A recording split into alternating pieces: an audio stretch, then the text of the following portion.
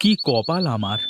এত কাজ করি সারাদিন, ভাগ্যের চাকা যেন ঘুরতেই চায় না। গুরু, ভাগ্যের চাকা পরিশ্রমী ঘোরে। আমার তো এর বাইরে কিছু জানা নেই। হ্যাঁ, ওই একই কথা তো সবার মুখেই শুনি। আমার কি মনে হয় গুরু, আমাদের এমন কিছু করা উচিত যাতে করে আমরা তাড়াতাড়ি অনেক টাকা উপার্জন করতে পারি। কি এমন কাজ? কি কাজ করলে অল্প সময়ে বেশি টাকা পাওয়া যাবে? আরে কি যে বলো গুরু, তুমি হলে আমার গুরু। তুমি যদি আমার কাছে প্রশ্ন করো তাহলে কি হবে? মাথা তো কাজ করে না রে পাগলা, কি যে করি। বলি কি গুরু, আমরা এক কাজ করতে পারি। কি কাজ বল দেখি? এই চলো, আমরা আজ থেকে সব কাজ বাদ দিয়ে ব্যাংক ডাকাতি করি। কি সব বলিস? তোর খালি আজে বাজে কথা। একটু ভালো করে চিন্তা কর দেখি। এই বসে বসে মাথায় কোনো চিন্তা আসবে না গুরু।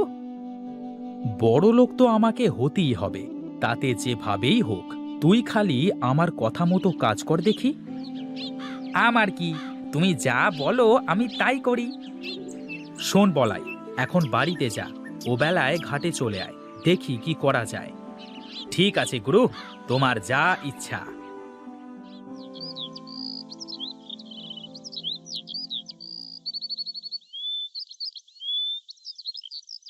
কি গিন্নি, বসে আছো যে? এখন আসার সময় হলো তোমার? রান্না করে সেই কখন থেকে বসে আছি, এই আসছো বুঝি? আসবো তো গিন্নি, এত ব্যস্ত থাকি সব সময়। হ্যাঁ, কি যে ব্যস্ত থাকো তা তো আমি ভালোই জানি। পেয়েছো তো ওই ভাদাইমা বলায়ের সাথে সারাদিন কুমতলব আটার। বাজে কথা বলো না তো গিন্নি। হ্যাঁ, আমি যা বলি তা তোমার কাছে বাজে কথাই হয়ে যায়। এখন এসো, কটা খেয়ে আমাকে উদ্ধার করো। আমার তো আর তোমার মতো ঘুরে বেড়ালে চলবে না, অনেক কাজ পড়ে আছে। বলি শোনো গিন্নি, এত চিন্তা করো না। একদিন দেখবে আমরা কত টাকার মালিক হই। হ্যাঁ হ্যাঁ, তা দেখা যাবে, যেদিন হবে সেদিন বলবে। আহা, তোমার হাতের রান্না মনে হয় অমৃতের স্বাদ।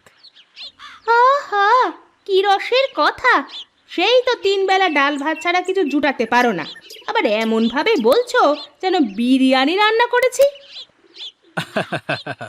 তোমার হাতের এই ডাল সিদ্ধই তো বিরিয়ানির থেকেও সুন্দর হয় গো গিন্নি। শোনো শোনো, খুব তাড়াতাড়ি আমাদের সুখের দিন আসবে।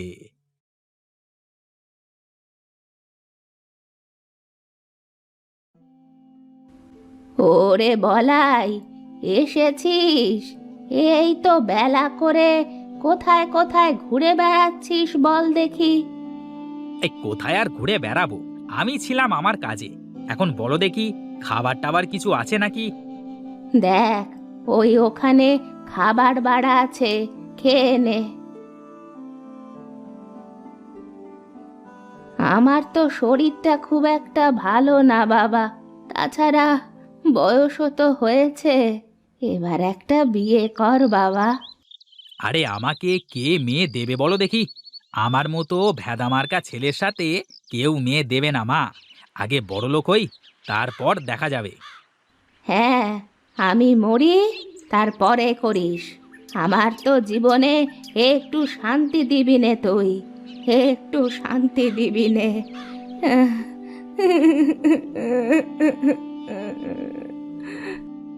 এই দেখো মা, প্রতিদিন এক কথা শুনতে আমার ভালো লাগে না। আমাকে আর একটু সময় দাও।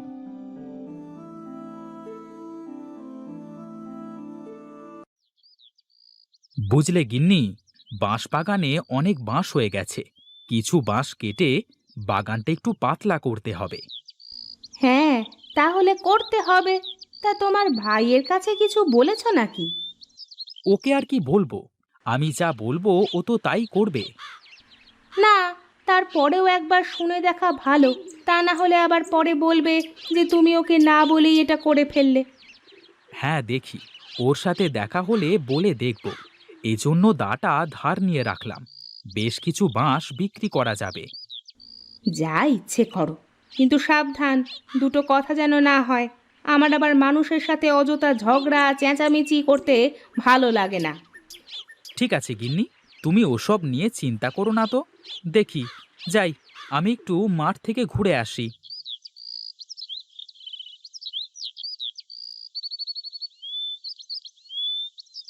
আচ্ছা বলাই, একটা কাজ করলে কেমন হয়?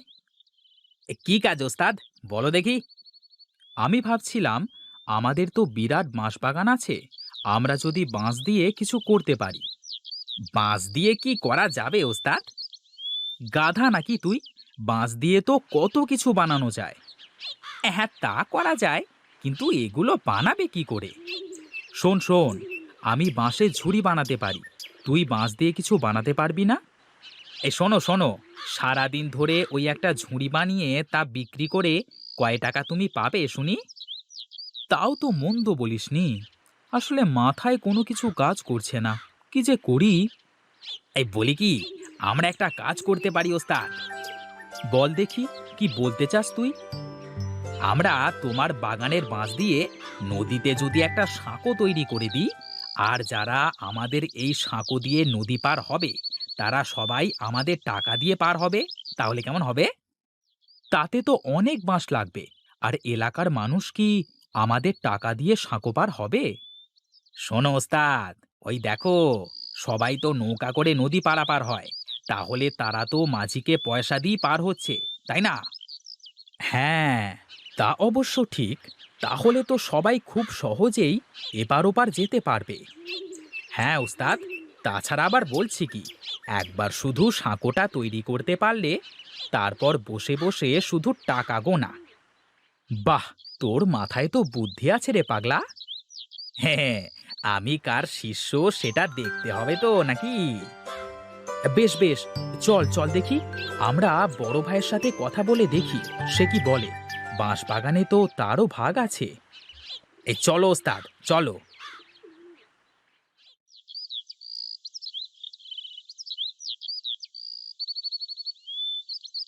সে কি দাদা, এখানে দাঁড়িয়ে আছো যে? আহ, কিছু বাঁশ কেটে বাগানটা একটু ফাঁকা করতে হবে, তাই দেখছিলাম আর কি, কোথা কোথা থেকে বাঁশ কাটা যায়। তাহলে তো ভালোই হলো ওস্তাদ, আমাদের কাজ আরো সহজ হয়ে যাচ্ছে। কি রে, তোদের আবার কি কাজ সহজ হবে? বলছি দাদা, তোমার কাছেই যাচ্ছিলাম, তা তোমাকে এখানেই পেয়ে গেলাম, ভালোই হলো। কি বলবি বল দেখি, শুনি। আমরা ভেবেছি, আমাদের তো বাঁশের বাগান আছে, আমরা নদীতে একটা সাঁকো তৈরি করব। হ্যাঁ দাদা, এই কাজ করতে পারলে আমাদের অনেক লাভ হবে। তোদের মতলব কি বল দেখি? তোরা কি জনসেবা করতে লাগছিস নাকি? সামনে কি ভোটে দাঁড়াবি নাকি? আরে দাদা, কি যে বলো, আমি কেন ভোটে দাঁড়াতে যাব? আমি তো ব্যবসা করব। ব্যবসা? সাঁকো দিয়ে কিভাবে ব্যবসা করবি? হ্যাঁ দাদা, বলি, সারা দিন এপার থেকে ওপার, ওপার থেকে এপার, কত মানুষ যাওয়া আসা, এখন সবাই তো নৌকা করেই যাওয়া আসা করে, তাই না? হ্যাঁ, তা করে। এই জন্যই তো আমরা আমাদের নিজের খরচে সাঁকো বানাবো, আর যারা যারা আমাদের সাঁকো দিয়ে পার হবে তারা তারা আমাদের টাকা দিয়ে পার হবে। না ভাই, তোদের এই উদ্ভট চিন্তায় আমি নেই ভাই। আমি আমার ভাগের বাঁশ নষ্ট করতে দেব না। তোদের ইচ্ছে হলে রমেশের ভাগের বাঁশ দিয়ে করতে পারিস, আমাকে এসবের মধ্যে ডাকিস না। এই রে, দাদা তো কিছুই বুঝতেই চাইল না। আমি বলি কি ওস্তাদ, আমরা আমাদের কাজ করি, দাদা যখন দেখবে আমরা সফল হয়েছি তখন আমাদের সাথে চলে আসবে। ঠিক আছে, কাল থেকেই তাহলে আমরা কাজে লেগে পড়ি। চল, এখন বাড়িতে যাওয়া যাক।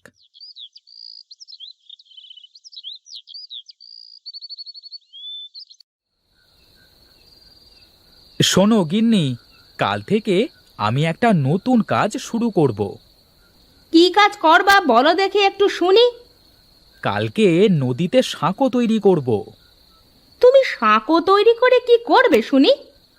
কেন, সবাই নৌকা পার হয়ে কেমন মাঝিকে টাকা দেয়, তেমনি আমার সাঁকো দিয়ে যারা পার হবে তারা সবাই আমাকে টাকা দিয়ে পার হবে। তোমার যা ইচ্ছে করো, আমার ওসব নিয়ে কোনো মাথা ব্যথা নেই। উঠে পড়লে যে? কি করব বলো তো, আমার খাওয়া শেষ, আর বসে বসে তোমার ওই ফালতু প্যাঁচাল শোনার সময় নেই আমার। আমি ঘুমাতে যাচ্ছি। হায় রে কপাল আমার, কেউ বুঝতে চায় না আমাকে। আমি যা করি সব তাদের কাছে ফালতু কাজ মনে হয়।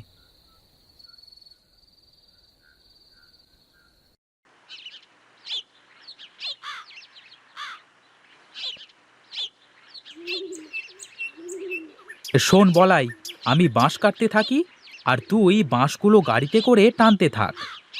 ওস্তাদ, বাঁশ সব কাটা শেষ হোক, তারপর একসাথে করে টানা যাবে, কেমন?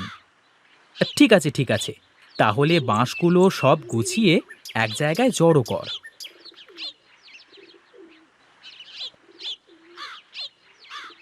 বাঁশ তো সব কাটা শেষ রে বলাই, এবার নে গাড়িতে ওঠা সব বাঁশ। ঠিক আছে ওস্তাদ।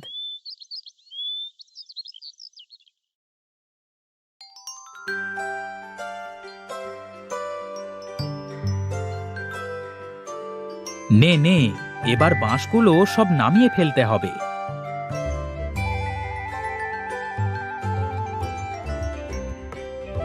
যাক, এবার শুধু সাঁকোটা বানানোর কাজ। শোন রে বলাই, যারা আমাদের সঙ্গ দিল না তারা দেখবি আফসোস করবে। ওস্তাদ, আমি জানি তুমি যা করো তা সব ভেবেই করো। বুদ্ধিটা আমার হলেও এটা ভালো না মন্দ তা তো তুমি ভালো করে ভেবেছো, তাই না? হ্যাঁ রে, আমি সব ভেবেই করছি। নে নে, কাজ শুরু কর।